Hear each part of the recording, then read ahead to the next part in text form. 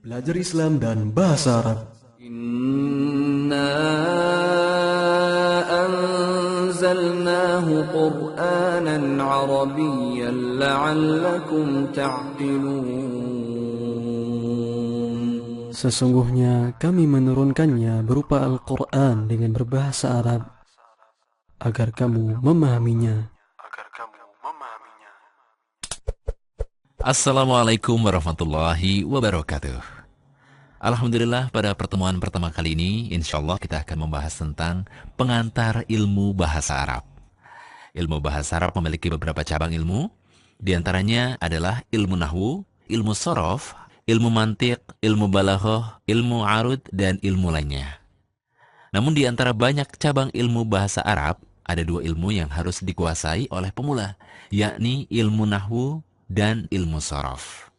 Dengan mempelajari ilmu nahwu dan ilmu sorof, insya Allah kita bisa membuat kalimat dalam bahasa Arab yang benar sesuai dengan kaidah-kaidah bahasa Arab.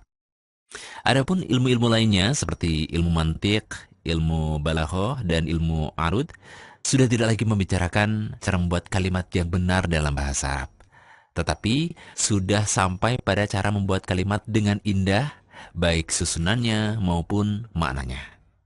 Jadi, sebagai pemula, kita wajib untuk menguasai ilmu nahwu dan ilmu sorof. Pada dasarnya, ilmu sorof adalah bagian dari ilmu nahwu. Lalu apa perbedaan ilmu nahwu dan ilmu sorof? Ilmu nahwu adalah ilmu yang mempelajari struktur kalimat bahasa Arab. Sedangkan ilmu sorof adalah ilmu yang mempelajari perubahan kata dari satu bentuk ke bentuk yang lainnya. Secara sederhana, kita bisa mengatakan bahwasanya ilmu sorof itu menyediakan kata-katanya, sedangkan ilmu nahwu itu memberikan kita kaidah bagaimana cara menyusun kalimat yang benar, termasuk di dalamnya cara memberi harokat yang benar. Karena di dalam bahasa Arab, perbedaan harokat juga bisa menyebabkan perbedaan makna. Nah, agar kita bisa memahami perbedaan antara ilmu nahwu dan ilmu sorof, silahkan dibuka diktat ilmu sorof untuk pemula pada halaman 1. Di sana kita bisa mengambil contoh kalimat jalasa Zaidun yang memiliki arti Zaid telah duduk. Jika kita melihat kalimat ini, maka kita bisa melihat peran ilmu sorof dan peran ilmu nahwu dalam susunannya. Yang pertama adalah kata jalasa. Ada alasan kenapa kata kerja yang dipilih adalah jalasa. Dan ada pula alasan kenapa Zaid di sini memiliki harokat domatain sehingga menjadi jalasa Zaidun, bukan jalasa Zaidan ataupun jalasa Zaidin. Kemudian yang kedua, ada alasan kenapa kata jalasa lebih didahulukan daripada kata Zaidun. Kita lihat di sini adalah jalasa Zaidun, bukan Zaidun jalasa. Nah, yang kita bahas ini adalah ilmu nahwu, karena kita mempelajari susunan kata dalam suatu kalimat. Adapun peranan ilmu sorof dalam susunan kalimat ini terletak pada pemilihan kata jalasa. Kenapa yang dipilih adalah kata jalasa? Padahal kata jalasa sendiri itu memiliki 14 bentuk. Ada bentuk jalastu yang memiliki arti saya telah duduk, kemudian jalasta yang memiliki arti kamu telah duduk, dan bentuk yang lainnya. Sedangkan jalasa sendiri adalah kata kerja untuk orang ketiga tunggal laki-laki. Nah, ilmu yang mempelajari perubahan bentuk kata seperti jalasa menjadi jalasta, menjadi jalastu, dan perubahan bentuk lainnya masuk ke dalam pembahasan ilmu sorof. Ini adalah contoh yang pertama. Untuk lebih memahami perbedaannya, kita berikan contoh yang kedua. Misalkan kita gunakan kata alhamdu. Di dalam Al-Quran, kadang kita menjumpai kata alhamdu, yakni pada Al-Fatihah. Alhamdulillahi Rabbil Alamin. Kita perhatikan bahwasanya alhamd di sini kita baca dengan domah. Namun di kesempatan lainnya, kita sering mendengar para khotib membuka khutbahnya dengan membaca innal hamdalillah. Kita perhatikan, alhamd pada kalimat khutbah pembuka ini dibaca dengan harokat fathah, bukan domah sebagaimana di Al-Fatihah. Kemudian di lain kesempatan kita melihat seorang ulama, Imam Al-Baiquni, pengarang kitab hadis.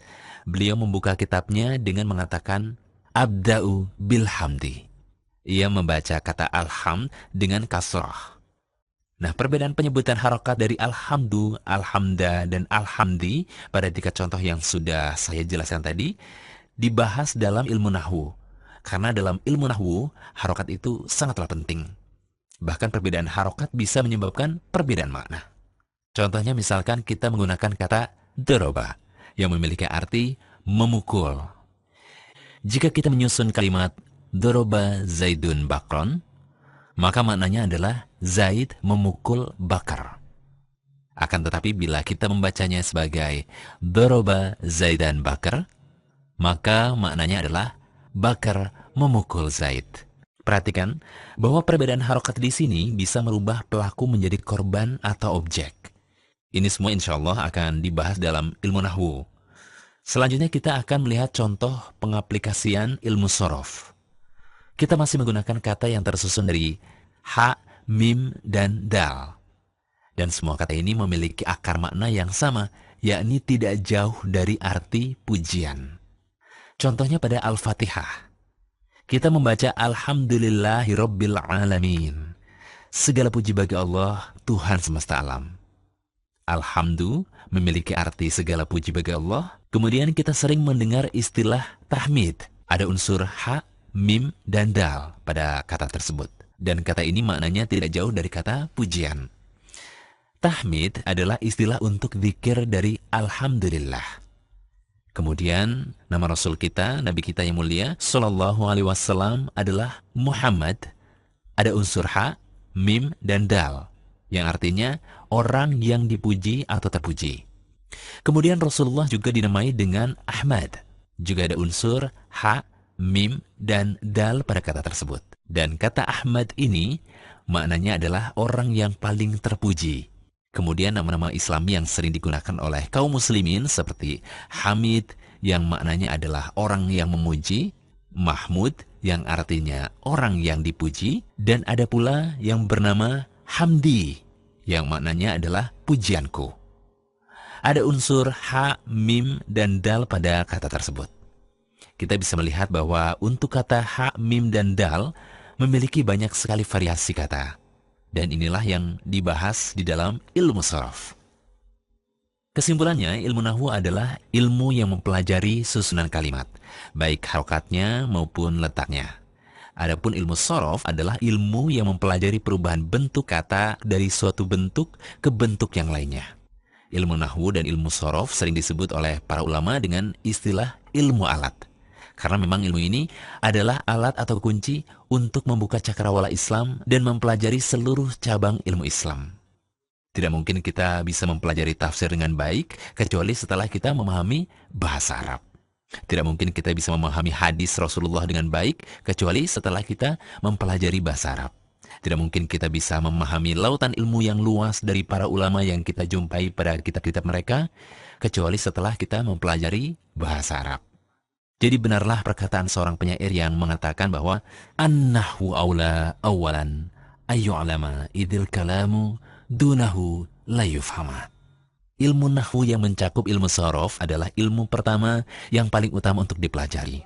Karena perkataan Allah dalam Al-Quran, perkataan Rasulullah dalam hadis, perkataan ulama dalam kitab-kitabnya tidak dapat dipahami kecuali setelah kita mempelajari ilmu nahwu dan ilmu sharaf.